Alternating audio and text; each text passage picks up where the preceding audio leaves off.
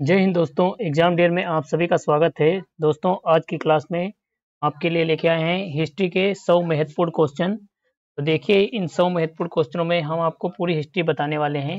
तो देखिए, हमारा पहला क्वेश्चन, इंडिका नामक ग्रंथ किस विदेशी यात्री ने लिखा? बताओ। ये क्वेश्चन हमने कई बार प्रैक्टिस सेट में बताया है कि इंडिका नामक पुस्तक किसकी थी। कोई बता सकता है? करिए कमेंट, बताइए। देखो, इंडिका नामक पुस्तक लिखा था मेगास्थनीज ने। किसने लिखा था?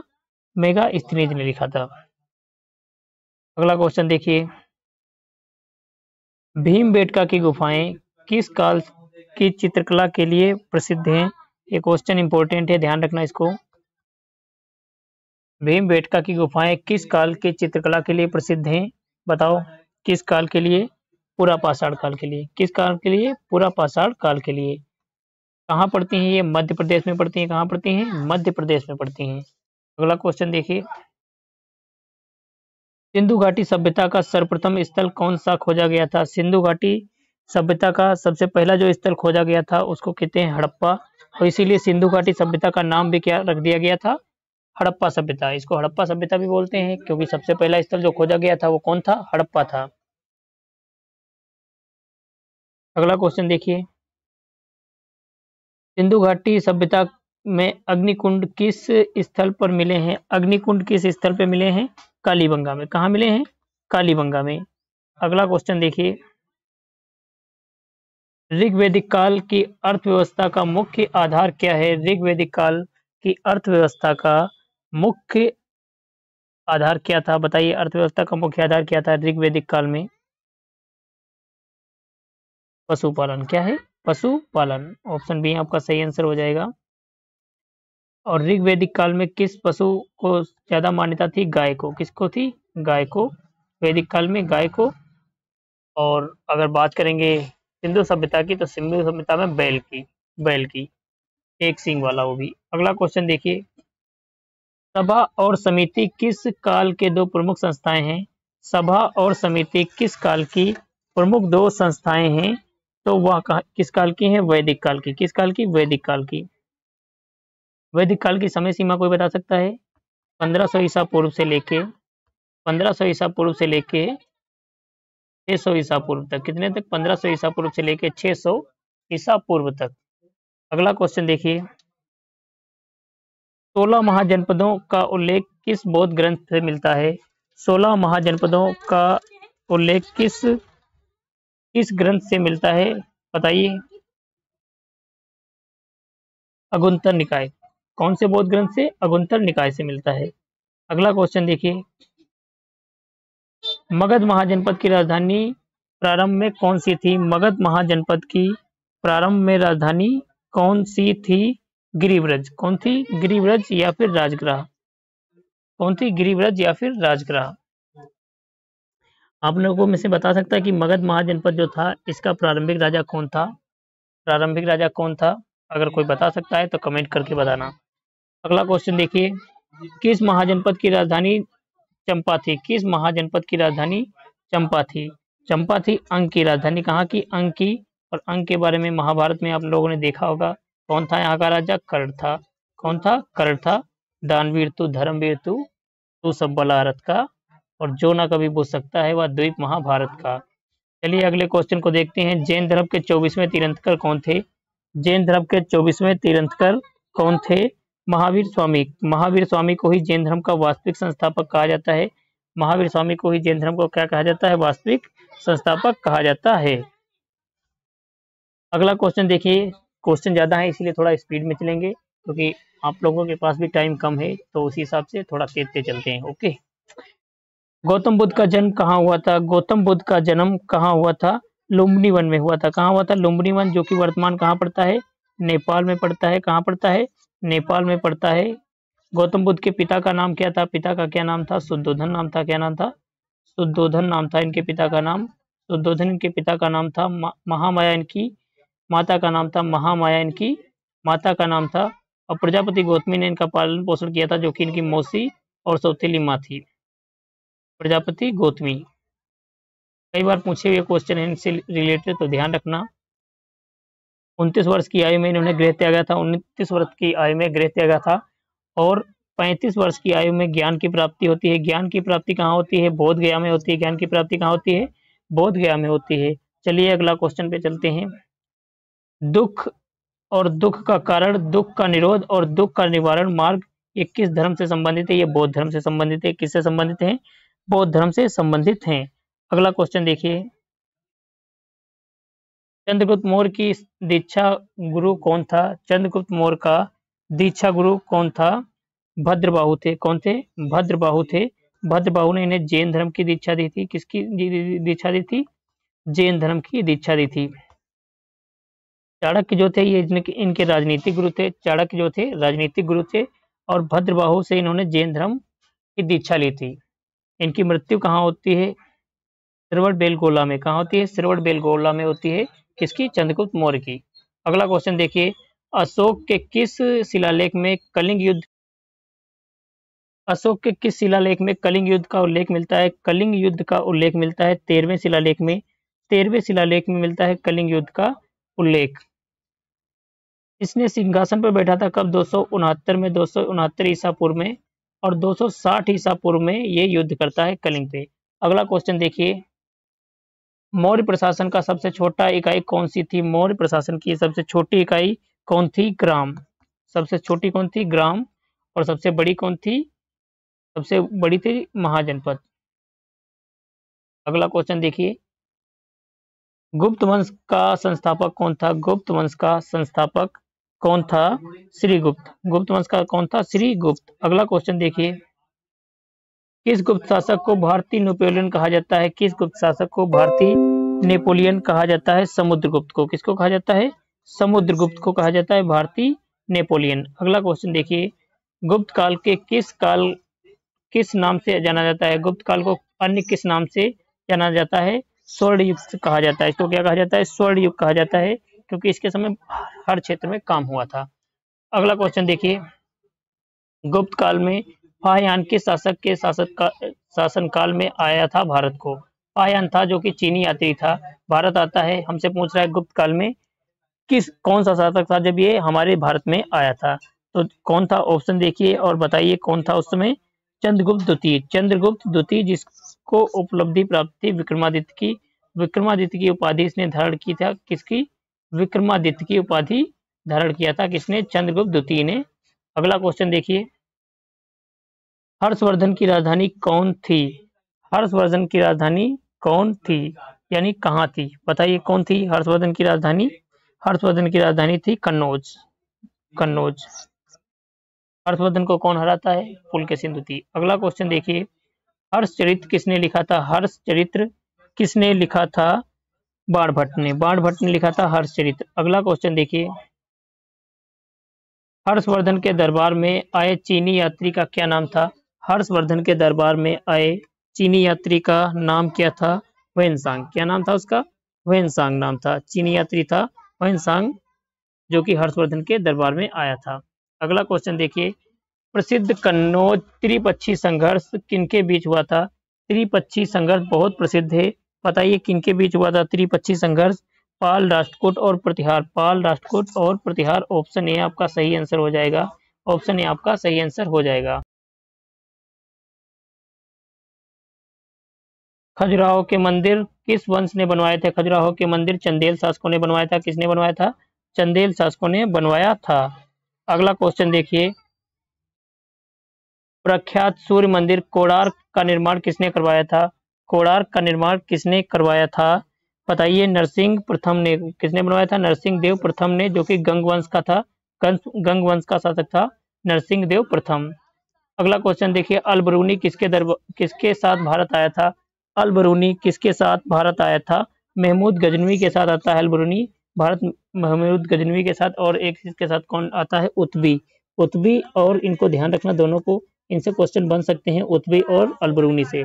अगला क्वेश्चन देखिए, इस्लाम धर्म में कितने स्तंभ बताए गए हैं? इस्लाम धर्म में कितने स्तंभ बताए गए हैं?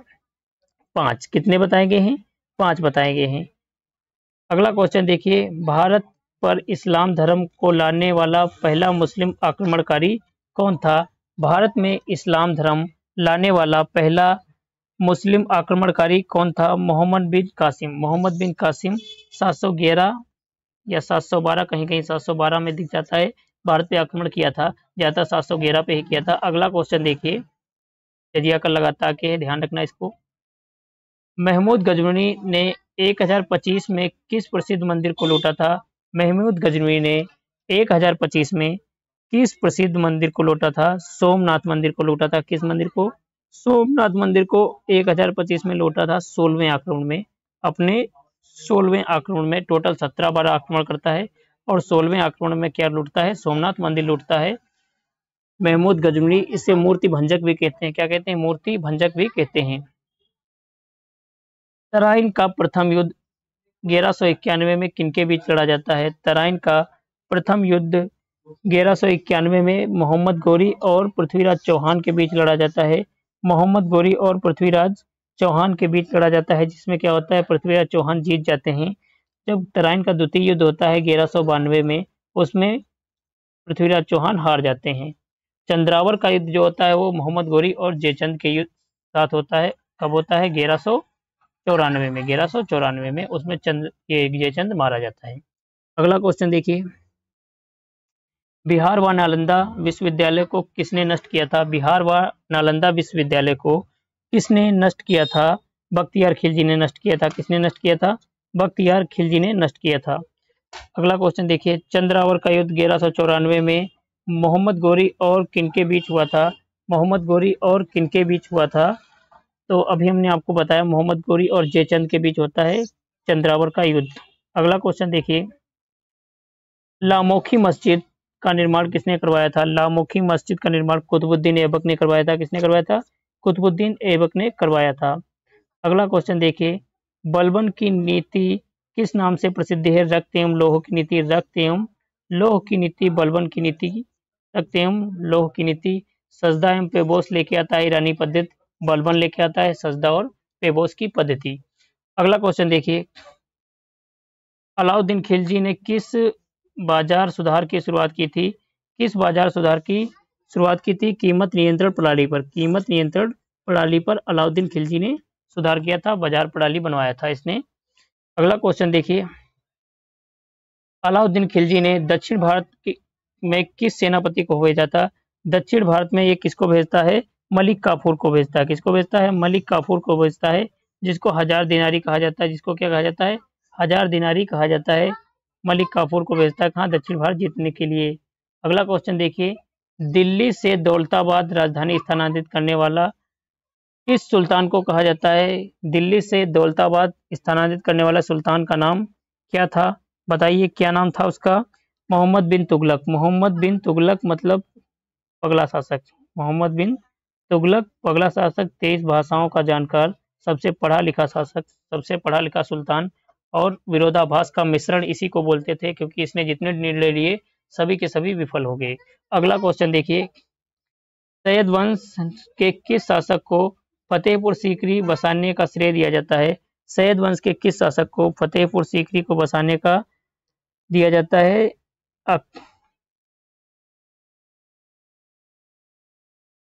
देखिए इसमें क्वेश्चन तो गलत हो गया, क्योंकि सैयद वंश तो था नहीं, फतेहपुर सीकरी को बसाने वाला अकबर था। कौन था? अकबर था, और इसमें विकल्प गलत दे दिया है, तो ध्यान रखना फतेहपुर सीकरी को अकबर ने बसाया था, इसमें विकल्प गलत दिए हैं। अगला क्वेश्चन देखिए, किस लोधी शासक ने आगरा नगर की स्थापना किया था? आगरा जो शहर है, नदी नहीं शहर आगरा, इसको सिकंदर लोधी बसाता है। कौन बसाता है? सिकंदर लोधी बसाता है। पता नहीं आज मुझे क्या हो गया है। सिकंदर लोधी बसाता है। कब बसाता है? 1504 में। कब? 1504 में। अगला क्वेश्चन देखिए, पानीपत की प्रथम लड़ाई 1526 में इब्राहिम लोधी और किसके हाथों से पराजित होता है? देखिए जो पानीपत का युद्ध होता है उस समय बाबर आता है इससे लड़ने, तो बाबर तो जीत जाता है, इब्राहिम लोधी मार दिया जाता है। इब्राहिम लोधी मार दिया जाता है। ये पानीपत की प्रथम लड़ाई होती है 1526 में होती है। मुगल वंश की स्थापना करता है कौन? बाबर। मुगल वंश की स्थापना करता है कौन? बाबर। अगला क्वेश्चन देखिए, दिल्ली सल्तनत का वजीर किस कार्य का प्रभारी था? दिल्ली सल्तनत में जो वजीर का पद था, ये पूछ रहा है ये कौन से विभाग का था? तो वजीर का जो पद होता है वो वित्त से संबंधित था। किससे संबंधित था? वित्त से संबंधित था। अगला क्वेश्चन देखिए, दिल्ली सल्तनत में दीवान ए रसूल किस विभाग से संबंधित था? दीवान ए रसूल किस विभाग से संबंधित था? धार्मिक विभाग से। किससे? धार्मिक विभाग से। ऑप्शन बी आपका सही आंसर हो जाएगा। अगला क्वेश्चन देखिए, विजयनगर साम्राज्य की स्थापना कब हुई थी? विजयनगर साम्राज्य की स्थापना कब हुई थी? 1336 में हरिहर एवं बुक्का ने इसकी स्थापना की थी। अगला क्वेश्चन देखिए, विजयनगर साम्राज्य का प्रसिद्ध अष्टदिग्गज किसके संबंधित है? अष्टदिग्गज का संबंध कृष्णदेवराय के दरबार में अष्टदिग्गज रहते थे। कृष्णदेवराय के दरबार में अष्टदिग्गज रहते थे। तेनालीराम उनमें से प्रमुख हैं। अगला क्वेश्चन हम देखिए, आपको बताते हैं, बहमनी साम्राज्य की स्थापना कब हुई थी? बहमनी साम्राज्य की स्थापना 1347 में हुई थी। ये भी मोहम्मद बिन तुगलक के समय ही हुई थी। मोहम्मद बिन तुगलक के समय ही हुई थी।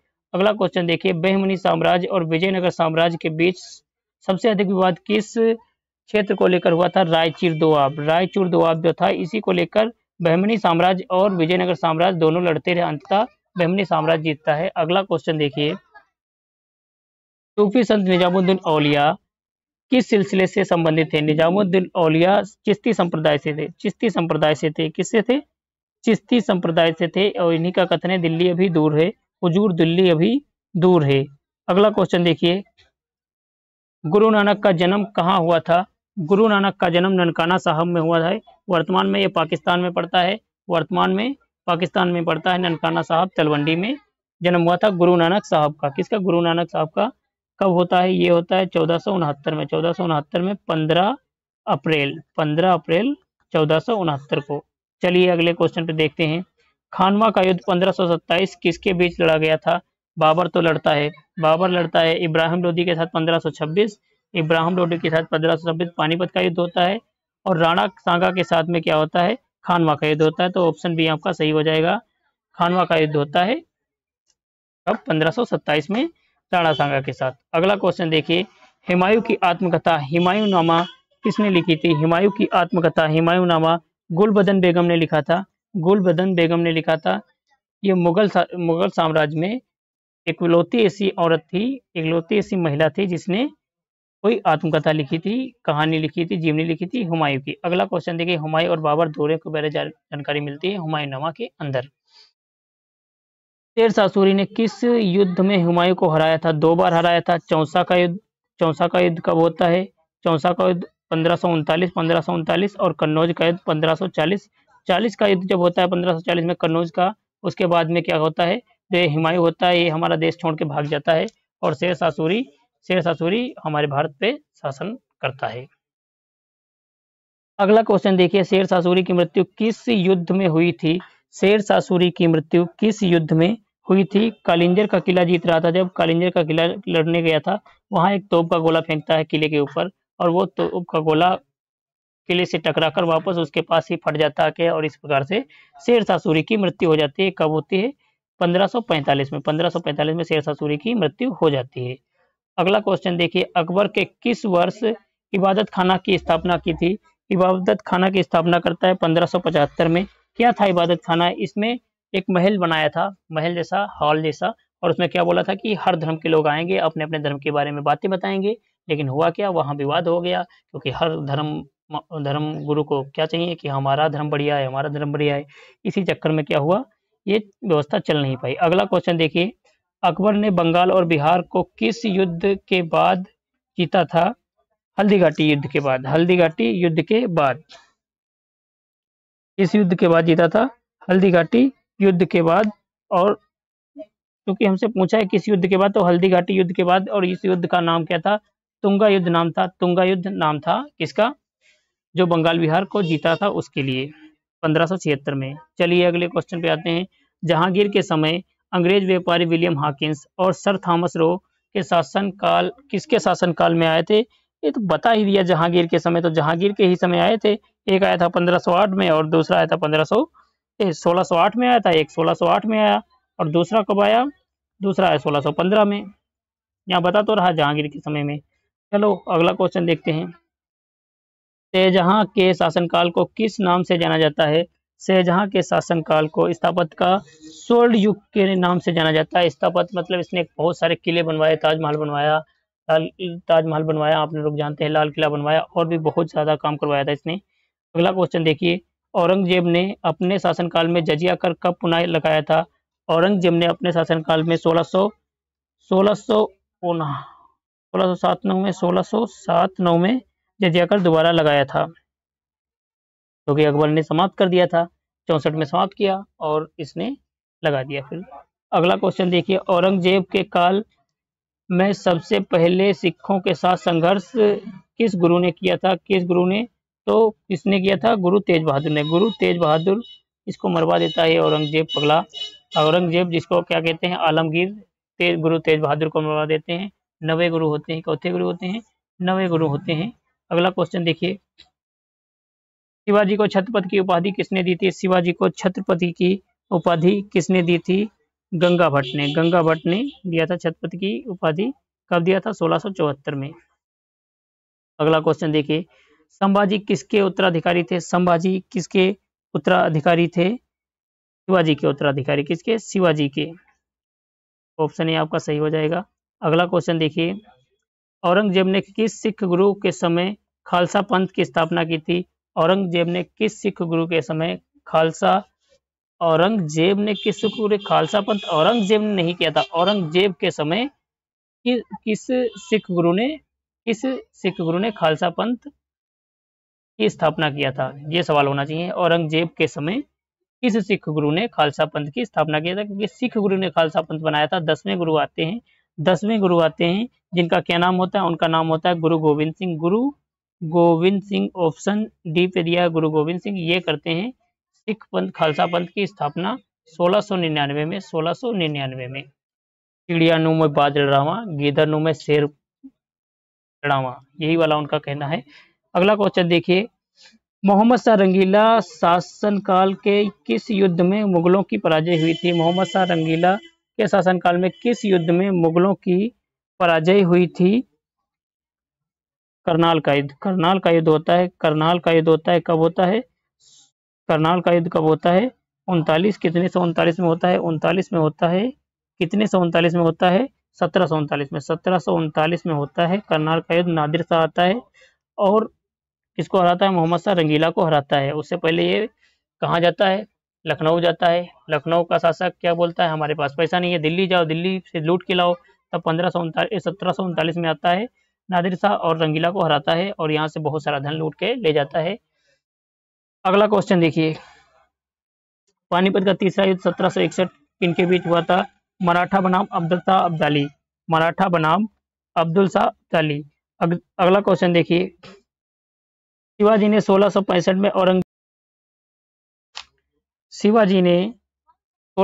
में औरंगजेब से किस संधि के तहत समझौता किया था? किस संधि के तहत समझौता किया था?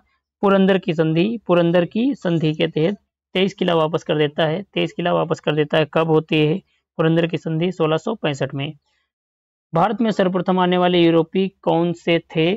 पुर्तगाली। पुर्तगाली सबको पता है, वास्को डी गामा आता है 1498 में। 1498 में पुर्तगाली होता है, जो कि कालीकट बंदरगाह पे उतरता है। किस पे? कालीकट बंदरगाह पे उतरता है। कौन? Vasco D gamma. अगला क्वेश्चन देखिए, फ्रांसीसियों की पहली फैक्ट्री भारत में कहाँ स्थापित हुई थी? मछलीपट्टनम में। कहाँ हुई थी? मछलीपट्टनम में फ्रांसीसियों की पहली क्या हुई थी? पहली फैक्ट्री स्थापित हुई थी। कब हुई थी? 1668 में। 1668 में। अगला क्वेश्चन देखिए, अंग्रेजों ने भारत में सबसे पहले अपनी फैक्ट्री कहाँ स्थापित की थी? अंग्रेजों ने सूरत में। कहाँ? अंग्रेजों ने कहाँ किया सबसे पहली फैक्ट्री? सूरत में, 1613 में। अगला क्वेश्चन देखिए, प्लासी का युद्ध कब हुआ था? प्लासी का युद्ध कब होता है? 1757 में। ऑप्शन ए आपका सही हो जाएगा, सिराजुद्दौला के बीच और क्लाइव के बीच। अगला क्वेश्चन देखिए, 1765 में इलाहाबाद की संधि। 1765 में इलाहाबाद की संधि किसके बीच हुई थी? 1765 में इलाहाबाद की संधि होती है क्लाइव और शाह आलम द्वितीय के बीच। क्लाइव और शाह आलम द्वितीय के बीच होती है। अगला क्वेश्चन देखिए, बंगाल का प्रथम गवर्नर जनरल कौन था? बंगाल का प्रथम गवर्नर जनरल कौन था? Warren Hastings. 1773 का रेगुलेटिंग एक्ट के तहत वारेन हेस्टिंग्स को क्या बनाया जाता है? बंगाल का गवर्नर जनरल बनाया जाता है। अगला क्वेश्चन देखिए, हैदर अली पहली बार किस युद्ध में अंग्रेजों से भिड़ा था? पहली बार किस युद्ध में अंग्रेजों से भिड़ा था? तो हैदर अली भिड़ता है प्रथम मैसूर युद्ध में, प्रथम मैसूर युद्ध में, जिसमें हैदर अली जीत जाता है। द्वितीय आंग्ल सिख युद्ध के बाद पंजाब को किस ब्रिटिश साम्राज्य में मिलाया गया? द्वितीय आंग्ल सिख युद्ध के बाद पंजाब को किस ब्रिटिश साम्राज्य में मिलाया गया? 1849 में। कब मिलाया गया? 1849 में। अगला क्वेश्चन देखिए, 1857 का विद्रोह के तत्काल कारण क्या था? तत्काल कहाँ चर्बी लगे? कारतूस। चर्बी लगे कारतूस। कहाँ से स्टार्ट होती है? मेरठ से स्टार्ट होती है। मेरठ से स्टार्ट होती है 10 मई को, 10 मई 1857, 10 मई 1857। 1857 में दिल्ली के विद्रोहियों ने किस नेता 1857 में दिल्ली में विद्रोहियों ने किसे अपना नेता घोषित किया था? दिल्ली में विद्रोहियों ने किसे अपना नेता घोषित किया था? बहादुर शाह द्वितीय को। किसको? बहादुर शाह द्वितीय को। तो ऑप्शन बी आपका सही हो जाएगा, बहादुर शाह द्वितीय, जिसको बहादुर शाह जफर भी बोलते हैं। अगला क्वेश्चन देखिए, लखनऊ में 1857 के विद्रोह का नेतृत्व किसने किया था? लखनऊ में 1857 के नेतृत्व का विरोध नेतृत्व किसने किया था? देखो, जब 1857 की क्रांति हो रही थी तो लखनऊ से बेगम हजरत महल आती है। कौन आती है? बेगम हजरत महल। तो ऑप्शन ए आपका सही आंसर हो जाएगा, बेगम हजरत महल। ऑप्शन ए आपका सही हो जाएगा। अगला क्वेश्चन देखिए, 1857 का विद्रोह में बरेली से नेतृत्व खान बहादुर खान कर रहे थे। खान बहादुर खान कर रहे थे बरेली से। भारत का अंतिम गवर्नर जनरल कौन था? भारत का अंतिम गवर्नर जनरल कौन था? चक्रवर्ती रामगोपालाचारी, चक्रवर्ती राजगोपालाचारी। तो ऑप्शन आपका सही हो जाएगा, चक्रवर्ती रामगोपालाचारी, राजगोपालाचारी, सॉरी हम रामगोपालाचारी बोल रहे हैं, एक तो आज मैं डिस्टर्ब लग रहा हूँ। भारत का प्रथम वायसराय कौन था? भारत का प्रथम वायसराय कौन था? Lord Canning. कौन था? लॉर्ड कैनिंग था प्रथम वायसराय। कब बनता है वायसराय? 1858 में। सामाजिक सुधार राजा राम मोहन राय के प्रयास से सती प्रथा के किस गवर्नर जनरल ने समाप्त किया था? विलियम बेटिक ने। विलियम बेटिक की सहायता से 1829 में सती प्रथा समाप्त होती थी। 1829 में सती प्रथा समाप्त कर दी जाती है। अगला क्वेश्चन देखिए, भारतीय राष्ट्रीय कांग्रेस की स्थापना किस वायसराय के काल में हुई थी? किस वायसराय के काल में हुई थी? 1885 में होती है, लॉर्ड डफरिन के समय। 1885 में लॉर्ड डफरिन के समय। ए.ओ. होम इसके क्या होते हैं? संस्थापक। ए.ओ. होम इसके क्या होते हैं? संस्थापक होते हैं। ए होम इसके क्या होते हैं? संस्थापक होते हैं। वेमेश चंद्र बनर्जी इसके प्रथम अध्यक्ष बनते हैं। वेमेश चंद्र बनर्जी इसके प्रथम अध्यक्ष बनते हैं। वर्नाकुलर एक्ट किस वायसराय ने लागू किया था? वर्नाकुलर एक्ट किस वायसराय ने लागू किया था? लॉर्ड लिटिन ने। किसने? लॉर्ड लिटिन ने किया था। लॉर्ड लिटिन, ऑप्शन बी पे लिखा है, लॉर्ड लिटिन ने शुरू किया था। क्या? Vernacular act. कौन सा एक्ट? Vernacular act. कब किया था? 1878 में। 1878 में। अगला क्वेश्चन देखिए, स्थायी बंदोबस्त किसके शासनकाल में लागू हुआ था? स्थायी बंदोबस्त किसके शासनकाल में लागू हुआ था? लॉर्ड कॉर्नवालिस के समय। लॉर्ड कॉर्नवालिस के समय स्थायी बंदोबस्त लागू हुआ था। लॉर्ड कॉर्नवालिस के समय स्थायी बंदोबस्त लागू हुआ था। कब होता है? 1793 में। 1793 में। अगला क्वेश्चन हम देखेंगे, बंगाल विभाजन 1905 में किस वायसराय ने किया था? बंगाल विभाजन 1905 में किस वायसराय ने किया था? देखिए, बंगाल विभाजन जो हुआ था लॉर्ड कर्जन के समय हुआ था। किसके समय? लॉर्ड कर्जन के समय 1905 में होता है बंगाल का विभाजन। हंटर कमीशन की स्थापना किस वायसराय ने की थी? हंटर कमीशन की स्थापना लॉर्ड रिपिन ने किया था। किसने किया था? Lord Ripon. ऑप्शन ए आपका सही हो जाएगा, लॉर्ड रिपिन ने किया था। कब किया था लॉर्ड रिपिन ने हंटर कमीशन को? कब किया था? 1882 में। 1882 में। डेट पूछ चुका है कई बार। अगला क्वेश्चन देखिए, आगरा समझौता 1931 गांधी इरविन पैक्ट किस वायसराय के साथ हुआ था? आगरा का समझौता जो गांधी इरविन था तो इरविनवा के साथ हुआ था। किसके साथ? इरविनवा के साथ हुआ था।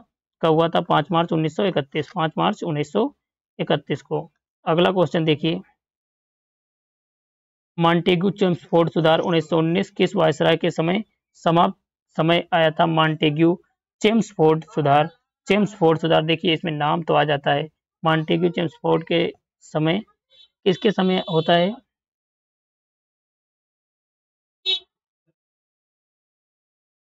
अगला क्वेश्चन देखिए, मॉन्टेग्यू चेम्सफोर्ड सुधार 1919 किस वायसराय के समय आता है?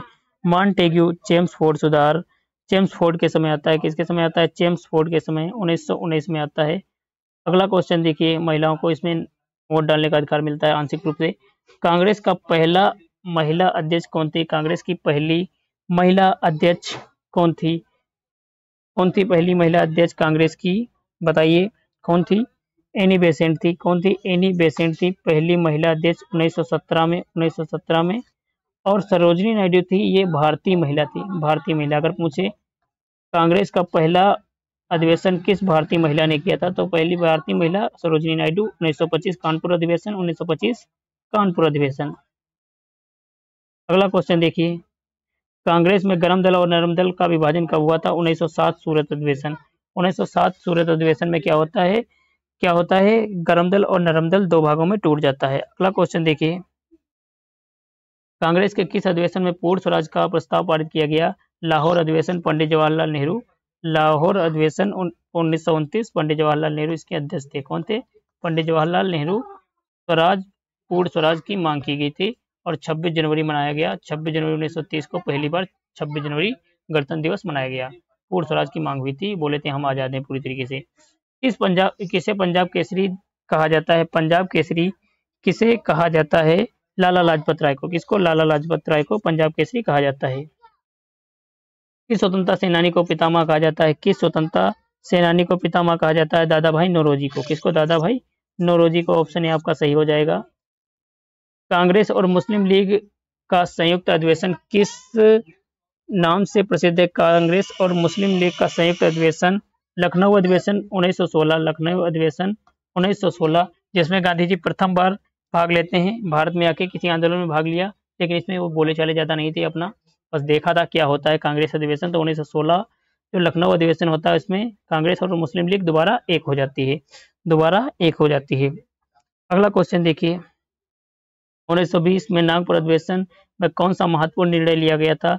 असहयोग आंदोलन का प्रस्ताव। असहयोग आंदोलन का प्रस्ताव, ध्यान रखना 1920 में हुआ था असहयोग आंदोलन। तो ऐसे ही आप अगर टिक करना चाहो कर सकते हो।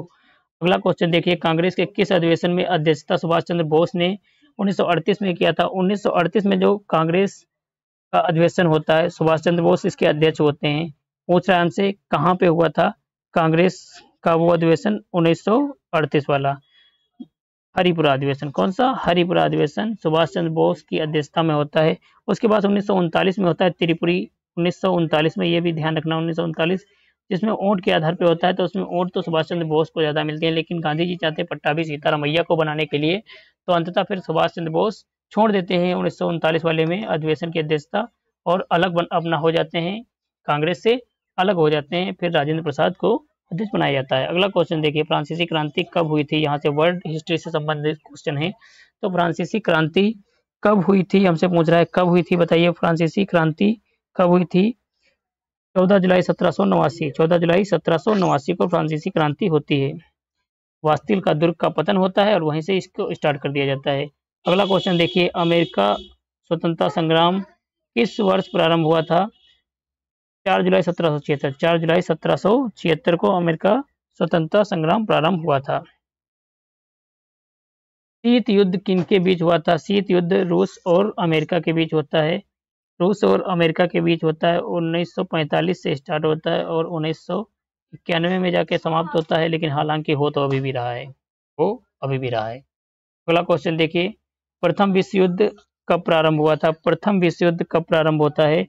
1914 को। 1914 को प्रथम विश्व युद्ध प्रारंभ होता है, समाप्त होता है 1918 को। द्वितीय विश्व युद्ध 1939 को प्रारंभ होता है, 45 को समाप्त होता है। अगला क्वेश्चन देखिए, किस क्रांति को रक्तहीन क्रांति कहते हैं? इंग्लैंड की क्रांति को रक्तहीन क्रांति कहा जाता है। सत्यशोधक समाज की स्थापना किसने किया था? सत्यशोधक समाज की स्थापना ज्योतिबा फुले जी ने किया था। ज्योतिबा फुले जी ने किया था। आर्य समाज का नारा, आर्य समाज के संस्थापक कौन थे? आर्य समाज का नारा क्या था? देखिए, आर्य समाज का नारा तो था वेदों की ओर लौटो। क्या था? वेदों की ओर लौटो आर्य समाज का नारा था।